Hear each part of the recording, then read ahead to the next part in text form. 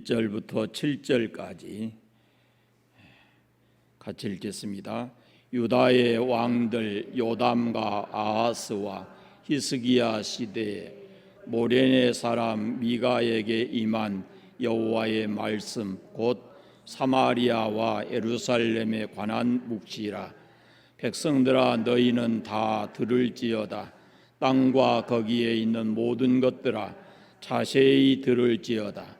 주 여호와께서 너희에게 대하여 증언하시되 곧 주께서 성전에서 그리하실 것이니라. 여호와께서 그의 처소에서 나오시고 강림하사 땅의 높은 곳을 밟으실 것이라. 그 아래에서 산들이 녹고 골짜기들이 갈라지기를 불 앞에 밀초 같고 비탈로 쏟아지는 물 같을 것이니 이는 다 야곱의 허물로 말미암음이요 이스라엘 족속의 죄로 말미암음이라. 야곱의 허물이 무엇이냐? 사마리아가 아니냐? 유다의 산당이 무엇이냐? 예루살렘이 아니냐?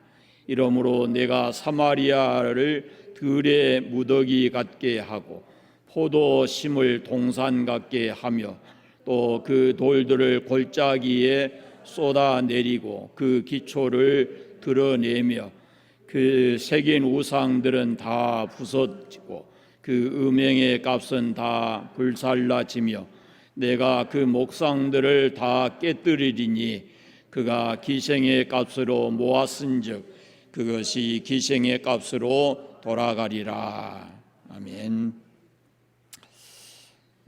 수요일에 미가서를 통해서 우리가 하나님의 음성을 듣겠습니다. 미가 선지자는 이사야 선지자와 동시대 사람입니다. 우리가 선지자들을 분류할 때 대선지자, 소선지서 이렇게 분류를 하는데 이 미가가 이사야 선지자와 같은 시대에 이렇게 선지자 노릇을 했습니다.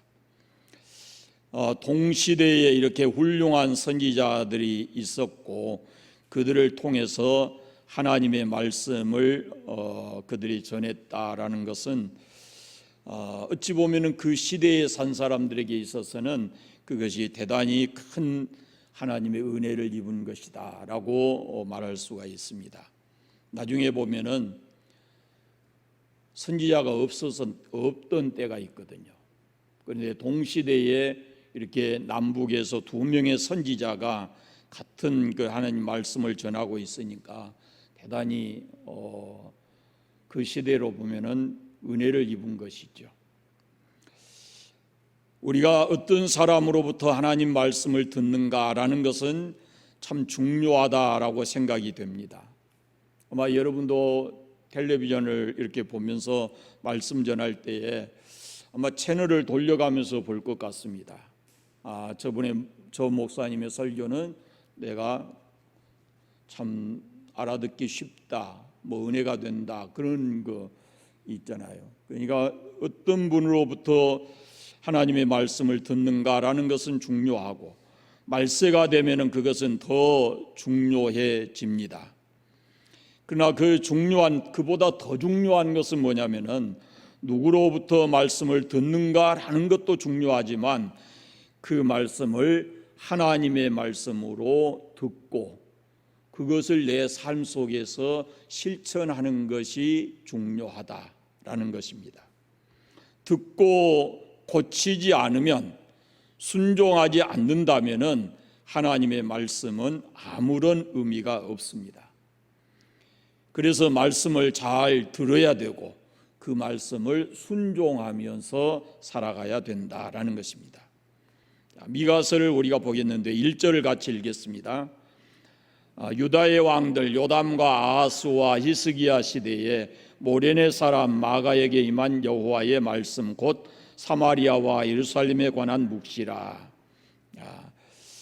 이 세 명의 왕들을 지나면서 선지자 노릇을 했다라는 것도 좀 눈여겨볼 그런 일이고, 특별히 이스라엘 사람들은 같은 이름이 참 많이 있습니다. 우리나라도 보면은 그렇게 많지 않지만 보면은 숙희도 많고 영숙이도 많고 이름이 굉장히 많더라고요.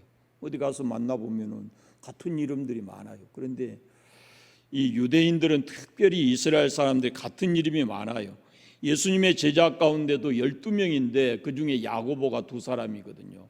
그러니까 앞에다가 아버지 이름을 붙여요. 세베대의 아들 야고보, 알페오의 아들 야고보, 이렇게 그 아버지의 이름을 붙여서 이름을 불렀습니다. 지난번에 우리가 보았던 요나는 아미떼의 아들 요나라 그랬어요. 그러면은 요나라는 이름도 많다라는 의미를 가지고 있어요. 그런데 또 어떤 경우에는 이름 앞에 지명을 쓰는 경우가 있습니다. 오늘 본문에 보는 미가가 바로 그런 사람입니다. 모레네 사람 미가에게 임한 여호와의 말씀, 이렇게 되어 있습니다. 미가는 모레네 사람이다, 그런 말입니다. 모레넷이라는 말은 이 모레넷이라는 지명은 유대 땅에 있는데요, 블레셋의 지배를 받았던 적이 많습니다. 그래서 어떤 성경에 보면은 가드 모레넷 그렇게 돼 있어요. 그러니까 모레넷이라고 하는 지역은 땅은 유대 땅인데, 이스라엘 땅인데 블레셋 영향권 안에 있었다, 많은 그 침략을 받았다라는 것을 알 수가 있어요. 이런 곳에서 선지자 미가가 나왔습니다. 그런데 미가 선지자에게 임한 하나님의 말씀은 사마리아와 예루살렘에 관한 묵시라, 이렇게 되어 있습니다. 사마리아는 이스라엘이 이렇게 남북으로 갈렸잖아요. 사마리아는 북쪽 이스라엘을 말하는 거예요. 그러니까 북이스라엘은 아하스 왕 때에 망했습니다. 유다 사람들에게는 그것이 대단히 큰 충격이었어요. 북쪽이 이 아수르에게 망하는데 그 북쪽이 망하는 것을 보고 유대 사람들에게는 굉장히 큰 충격이었죠. 그건 본래 하나의 나라였거든요. 하나의 나라였는데 나라가 갈라져서 이렇게 북쪽 이스라엘이 망한단 말이죠. 먼저 제 고향에 이제 그 형제들이 하나도 살아있는 사람이 없습니다만은 사형제가 있었어요. 사형제가. 그런데 맨 장형이 술을 얼마나 많이 먹었던지 40도 못 돼 가지고 간암이 와서 죽었어요. 그런데 그 동생들이 저보다 1살 더 먹은 그 사람도 있고 저보다 1살 덜 먹은 사람도 있고 그래요. 근데 저보다 1살 위에 있는 그 형이 자기 형님이 그렇게 술 먹고 간암돼서 이렇게 죽은 것을 봤거든요. 자기가 그거 다 치우고. 그런데도 이 사람도 술을 얼마나 많이 먹는지 몰라요. 하루도 술에 취해 있지 않는 날이 없었어요. 결국 그러면은 어떻게 되겠습니까? 요즘에 제가 잘 안 가서 모르지만 바싹 말라가지고 사람인지 아닌지조차도 모를 정도로 그런 형상을 하고 있어요. 언젠가는 그도 아마 그 형님의 뒤를 밟지 않겠습니까? 이 지혜로운 사람이라면은 형님이 그렇게 먼저 갔다 그러면은 그것을 경고로 받아서 결단하고 마음에 큰 결단을 하고 그 길을 바꿔야 되지 않겠습니까? 하던 행동을 안 해야죠. 그게 지혜로운 것이고 그렇게 살아야 하는 것이죠. 여러분, 미가 선지자는 북이스라엘이 멸망한 것이 다른 데 있는 것이 아니라 하나님을 떠난 데 있다라고 얘기를 합니다. 그런데 지금 남쪽 유다가 멸망당한 북쪽 이스라엘의 길을 똑같이 가고 있는 거예요. 선지자의 눈에 그것이 보이고 하나님께서 그것을 지금 이 미가 선지자를 통해서 말씀하고 있는 겁니다. 지금대로 간다면 북쪽이 이스라엘이 망한 것처럼 남쪽의 유다도 반드시 망한다고 외칩니다. 지금의 삶은 안전하고 행복을 보장해 주지를 못한다는 것이죠. 망해버린 북쪽 이스라엘을 뒤따라가고 있다, 이렇게 경고하고 있는 것입니다. 미가 선지자는 예루살렘이 가는 길이 멸망의 길이라고 지금 외치고 있는 겁니다. 그래서 살기 위해서는, 망하지 않기 위해서는 지금 가고 있는 길을 바꾸라고 그렇게 지금 선포하고 있어요. 이것이 미가 선지자에게 임한 예루살렘에 관한 하나님의 묵시입니다. 본사의 모든 것들을 우리가 주의 깊게 관찰하고, 이것은 내가 해도 되겠구나, 이것은 신앙인으로서 하지 않아야 되겠구나, 이런 것들을 우리가 살펴볼 수 있는, 분별해낼 수 있는 그런 지혜가 우리에게 있어야 하는 것이죠. 어떤 사람이 한다 그래서 그 사람을 따라가는 것이 아니라 하나님께서 뭐라고 말씀하셨는지 그 말씀을 보고 그 말씀대로 가야지, 어떤 사람의 뒤를 따라가서는 안 된다라는 것이죠. 하나님의 말씀이 임하면 선지자는 그대로 전해야 됩니다. 내 마음, 내 생각에 안 맞는다고 피할 수가 없는 것이죠. 앞서 요나 선지자가 그것 때문에 문제가 됐잖아요.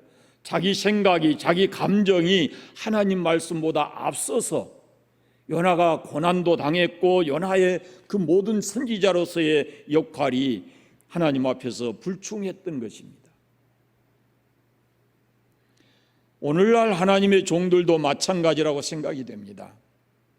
지금 지식이 팽창한 그런 시대에 우리가 살고 있어요.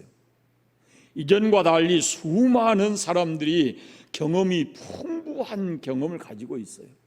그러나 아무리 지식이 많고 경험이 많아도 자기 마음대로 어떤 것을 생각하고 전하는 것이 아니고 하나님의 말씀을 하나님의 말씀으로 바르게 전해야 된다라는 겁니다. 선지자의 몫이 그것이고 오늘 하나님의 종들의 몫이 바로 그것입니다. 설교하는 자리에서 정치하면 안 되고, 그건 하나님의 종이 할 일이 아니라는 것이죠. 2절을 함께 같이 보겠습니다. 백성들아, 너희는 다 들을지어다. 땅과 거기에 있는 모든 것들아, 자세히 들을지어다. 주 여호와께서 너희에게 대하여 증언하시되 곧 주께서 성전에서 그리하실 것이니라. 백성들아 들으라. 땅과 거기 있는 모든 것들아 자세히 들으라 그럽니다. 사마리아가 왜 망했는지 우리가 관심을 가지고 그것을 들어봐야 된다는 겁니다. 사마리아가 망했는데 지금 너희들이 그 길을 가고 있지 않느냐라고 지금 말씀하고 있는 겁니다. 그 길을 만약에 걷고 있다면은 오늘 가던 길을 멈추고 돌아서서 사마리아가 망하는 길 가지 말고 하나님이 살리고자 하는 그 길을 가라, 이렇게 말씀하고 있어요. 그래서 그걸 사마리아가 왜 망했는지를 들어봐라, 자세히 봐라 하고 말씀하고 있는 겁니다. 3절 4절을 같이 읽겠습니다. 여호와께서 그의 처소에서 나오시고 강림하사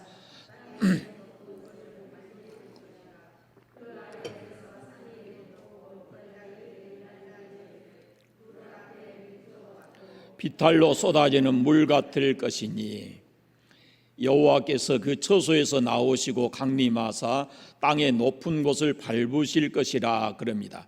여기 땅의 높은 곳은 바로 예루살렘 성전을 가리키는 말입니다. 하나님께서 강림하셔서 땅의 높은 곳 예루살렘 성전을 밟으신다, 그런 말씀이에요. 이게 무슨 뜻이겠어요? 성전은 하나님께서 그 백성들을 만나시고 그 백성들에게 복을 주시는 곳이 성전입니다.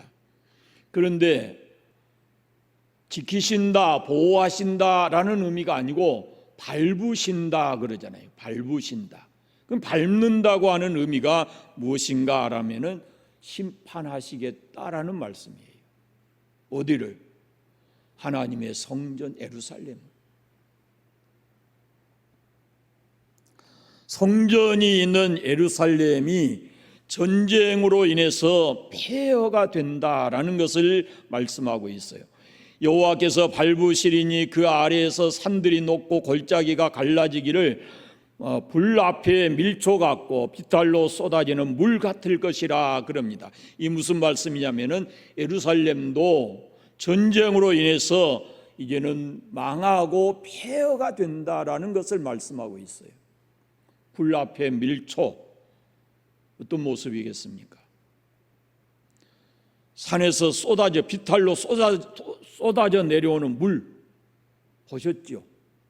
언젠가 서울에 막 쏟아져 내려가고 아파트 막 밀쳐가지고 사람 많이 죽고 했잖아요. 그와 같을 것이다. 이 얼마나 비참한 모습인가라는 걸 알 수가 있어요. 그러니까 성전이 있는 예루살렘을 하나님께서 더 이상 보호하지 않겠다라고 말씀하는 겁니다. 하나님께서 성전의 울타리가 되어주는 것이 아니라 성전을 이제는 내버려 둬서 이방 사람들이 와서 그것을 하나님 대신에 짓밟을 것이다 라고 말씀하고 있어요. 그건 곧 전쟁을 말하는 거예요. 당시의 사람들은 성전을 세상에서 가장 안전한 곳이라 이렇게 생각을 했습니다. 하나님께서 성전을 보호하시고 지키실 것이다 그렇게 생각을 했어요. 그런데 미가 선지자는 이 성전이, 예루살렘 성전이 완전히 파괴되고 폐허가 될 것이다 그렇게 말씀을 해요. 그렇게 되는 이유는 그 성전이 겉모양만 성전이지 이미 그 속에 하나님의 말씀은 없다라는 말씀이에요. 거기 사람은 모여 있을지 모르지만 그 속에 하나님의 말씀이 없고 그 말씀대로 사는 사람이 없다라는 말씀입니다. 여러분, 성전이 뭡니까? 하나님이 계시고 하나님의 말씀이 선포되어야 하는 것이 성전이고, 그 성전에 하나님의 백성들이 모여서 하나님 말씀을 듣고 순종하고 살아가는 그것이 성전의 역할이에요. 그런데 하나님 말씀이 없고 하나님 말씀을 떠나면, 하나님 말씀대로 사는 성도들이 없으면 그것은 이미 성전으로서의 의미가 없다라는 것입니다. 성전이 말씀을 떠났다고 생각해 보십시오. 성전에 하나님의 말씀의 능력이 없다고 생각하면 거기 온갖 사람들이 모여 있기 때문에 죄악의 원상이 되고 말 것입니다. 사람들이 죄를 짓고 성전으로 도망갑니다. 그래서 성전 안에 깊이 숨거든요. 그러면은 성전에는 죄와 죄인이 모여 있다 그 말이죠. 여러분, 본문이 우리에게 무엇을 말씀하는가 하는 것을 깨닫게 되시길 바랍니다. 성전에 말씀이 없고 죄가 가득하면 하나님은 더 이상 그 성전을 보호하지 않는다라는 말씀입니다. 가장 아름다운 성전은 하나님 말씀이 살아있고 하나님의 사랑과 긍휼이 머물러 있는 곳이 가장 아름다운 성전입니다. 하나님이 기뻐하시는 예배가 살아있는 곳이, 그곳이 바로 성전이고, 하나님이 기뻐하시는 예배를 드리는 것이, 그것이 가장 하나님 앞에 모범된 성도의 모습입니다. 그러니까 이 예루살렘 성전을 보면은 그렇지를 못했다라는 겁니다. 그래서 하나님께서 그 성전에 임하시는데 복을 주러 임하신 게 아니고 성전을 외부의 침략으로부터 보호하시기 위해서 임하는 게 아니고 그 예루살렘 성전을 심판하시는데 하나님이 직접 하시는 게 아니라 이방 사람들을 불러와서 그들의 발로 그것을 밟는다라는 말씀을 하고 있습니다. 5절을 한번 같이 보겠습니다. 이는 다 야곱의 허물을 말미암음이요 이스라엘 족속의 죄로 말미암음이라. 야곱의 허물이 무엇이냐? 사마리아가 아니냐? 유다의 산당이 무엇이냐? 예루살렘이 아니냐? 이 북쪽 이스라엘이 망한 이유는 그들의 잘못된 신앙에 있었습니다. 그런데 남쪽 유다의 죄도 사마리아와 다르지 않다라는 것을 말씀하고 있어요. 유다의 산당이 무엇이냐 그래놓고 그 다음에 뭐가 나와요? 예루살렘이 아니냐 그럽니다. 이 말씀을 잘 보십시오. 예루살렘 성전이 바른 성전이 아니라 산당처럼 되었다라는 말씀입니다. 산당처럼 되었다라는 말씀이에요. 이것이 여러분 얼마나 무서운 말씀인지 몰라요. 기독교하고 타 종교하고 다른 점이 뭐냐면요, 그건 말씀에 있어요. 말씀에. 하나님께서 말씀하시고 교회는 그 말씀을 듣고 순종하는 것이, 그것이 타 종교와의 다른 점이에요. 그런데 북이스라엘은 그 하나님의 말씀을 빼버렸어요. 그리고 하나님의 형상화, 하나님을 형상화했어요. 보이는 형상화. 북쪽 사마리아 남쪽으로 이렇게 갈라져 가지고 본래 하나의 나라인데 갈라지니까 북쪽 사람들이 남쪽에 항상 마음이 어디가 있느냐면 예루살렘에가 있어요. 예루살렘 성전에. 그러니까 북쪽의 왕들이 사람들을 거기 예루살렘에 마음을 두지 않게 하기 위해서 북쪽 사마리아에다가 성전을 세우거든요. 그래서 그 마음을 그쪽에 집중시키려고 그래요. 그런데 그 사마리아에 있는 그들의 신앙이 잘못된 신앙을 가지고 있었다는 겁니다. 그런데 남쪽 유다도 같은 말씀의 능력이 없는 형식적인 종교로 이렇게 변해가고 있다라는 그런 말씀이에요. 북이스라엘과 전혀 다르지 않다라는 말씀을 하고 있는 거예요. 그래서 예루살렘 성전이 산당처럼 되어버렸다라고 말씀하고 있어요. 여러분, 오늘날도 마찬가지입니다. 교회는 하나님의 말씀이 살아있어야 합니다. 말씀의 능력을 지니고 있어야 합니다. 기독교는 말씀의 종교이기 때문에 그렇습니다. 우리 예배 가운데 가장 긴 시간이 말씀 듣는 시간입니다. 하나님의 말씀이 우리 신앙의 중심입니다. 그런데 교회가 하나님 말씀에 능력이 없다 그러면은 교회로서의 역할을 하기가 쉽지 않다라는 겁니다. 하나님의 말씀이 우리 깊은 곳에 영향을 미쳐서 우리의 삶이 하나님께서 원하시는 그런 바른 삶을 사는 것, 이것이 바로 말씀의 종교인 기독교의 신앙입니다. 사마리아 종교는 하나님을 송아지 형상화했어요. 요즘에 우리가 새벽 기도회 때 출애굽기를 보는데요, 이스라엘 민족이 애굽에서 나와서 광야에서 그 송아지 형상을 만들잖아요. 그것은 애굽에서의 본 형상을 그대로 만든 거예요. 애굽에서 아피스라고 하는 송아지 형상을 만들어서 그걸 숭배를 해요. 그런데 모세가 산 위에 올라가서 40일 동안 안 내려오고 하니까 아론을 중심으로 그 아피스 형상을 만들었어요. 그런데 그로부터 수세기가 지나갔는데도 북쪽 이스라엘이 하나님을 송아지 형상으로 만든 거예요. 그 예루살렘 종교는 우상을 만들지는 않았지만은, 이렇게 하나님을 형상화하지는 않았지만, 그럼에도 하나님의 말씀의 능력을 상실하고 만 것입니다. 기독교의 본질은 말씀이 바르게 선포됨으로써 한 사람의 인격에 깊은 감동을 주고, 그래서 그 사람의 인격이 변하고 삶이 바뀌어지려 가는데 기독교의 신앙의 본질이 있어요. 그런데 기독교가 만약에 말씀의 능력을 상실해 버렸다 그렇게 생각하면, 이건 우상을 섬기는 이방 종교와 전혀 다르지 않다는 겁니다. 하나님께서 원하시는 것은 바른 삶입니다. 하나님과의 관계에서, 그리고 이웃과의 관계에서 이 사는 바른 삶을 하나님께서는 원하시고 계신다라는 거죠. 그럼 그 바른 삶을 하나님과 우리와의 관계, 이웃과 사람들과의 관계 속에서 바르게 살아갈 수 있는 그것이 어디가 있느냐? 말씀 속에 있는 것이죠. 6절, 7절 마지막으로 같이 읽어보겠습니다. 이러므로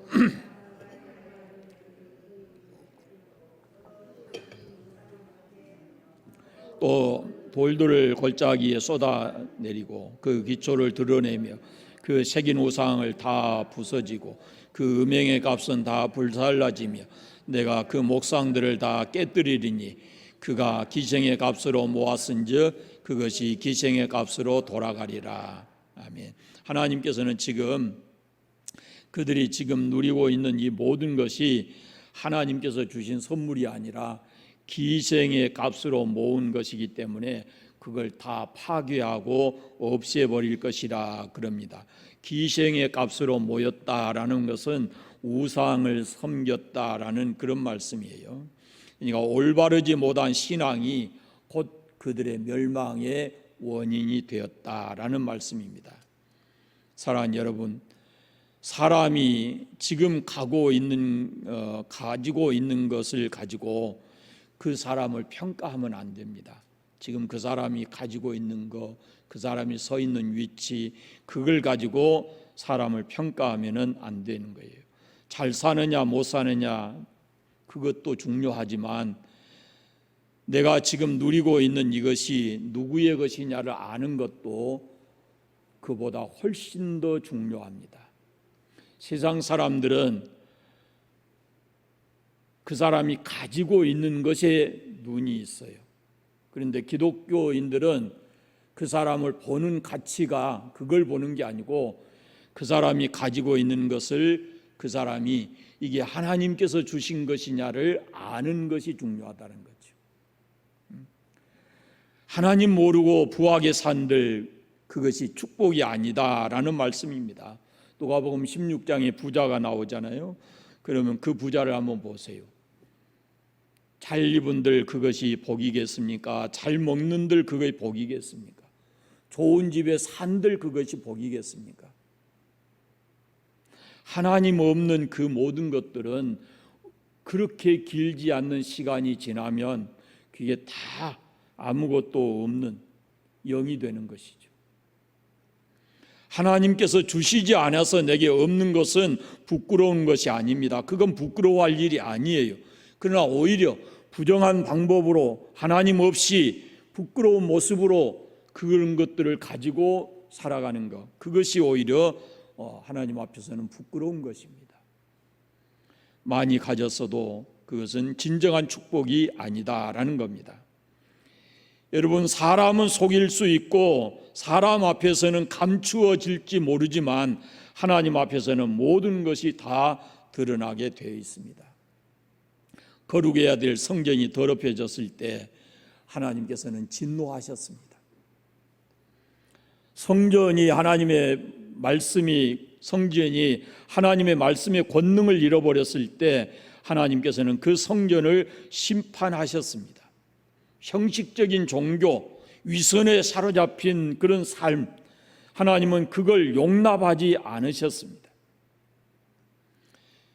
그런 교회를 지키지 않습니다. 그런 성도를 보호하지 않습니다. 우리가 분명히 교회는 하나님의 은혜와 축복이 있는 곳입니다. 그러나 말씀을 떠나버린 교회, 그것은 우상과 다름이 없다라는 것을 말씀하고 있습니다.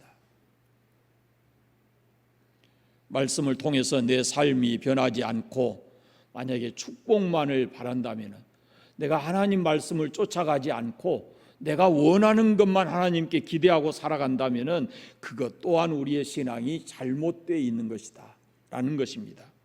그러므로 우리는 매일같이 우리가 하나님 말씀 앞에 서야 되고 내가 그 하나님 말씀을 쫓아 살아가고 있는지라는 것을 생각해야 되고, 또 한편으로 여러분이 몸담고 있는 이 교회가 언제나 여러분이 이 땅에 있는 동안에는 하나님의 교회가 말씀으로 충만해지기를 늘 위해서 기도하고, 그렇게 되어져야 우리의 신앙이 축복되고 복되고 행복한 신앙이 될 것입니다. 교회도 하나님 앞에 바로 서야 되고 우리 개인도 하나님의 말씀 앞에 바로 서서 바른 신앙을 가지고 살아가시기를 바랍니다. 기도하겠습니다. 하나님 아버지 감사합니다. 오늘도 주예전에 나와서 선지자 미가를 통해서 주신 하나님의 말씀을 함께 나누었습니다. 참으로 우리가 신앙생활 한다 하면서도 안타까울 때가 너무도 많이 있습니다. 눈에 뻔히 가서는 안 될 길, 해서는 안 될 일을 하고 있으면서도 하나님께서 복 주시기를 바라는 그 어리석은 신앙을 가지고 우리가 살아가고 있지 않는지 우리 자신을 돌아보게 해 주시기를 원하옵고 기도합니다. 철저하게 우리의 신앙이 하나님 말씀 위에 세워지게 하시고 또한 주께서 피 흘려 세우신 이 교회가 하나님의 말씀의 능력이 살아있게 해주시기를 원하옵고 기도합니다. 모든 성도들에게 하나님의 말씀이 은혜되게 하시고 선포될 때마다 하나님께서 친히 역사해 주셔서 하나님의 능력이 하나님의 그 깊은 심정이 성도들에게 전해질 수 있도록 은혜 베풀어 주옵소서. 다시 삶의 연장에 갑니다. 주일에 돌아올 때까지 주님과 함께 동행하고 주님 주시는 평안함을 누리고 행복하게 살아가도록 은혜를 더해 주옵소서. 예수님의 이름으로 기도드립니다. 아멘.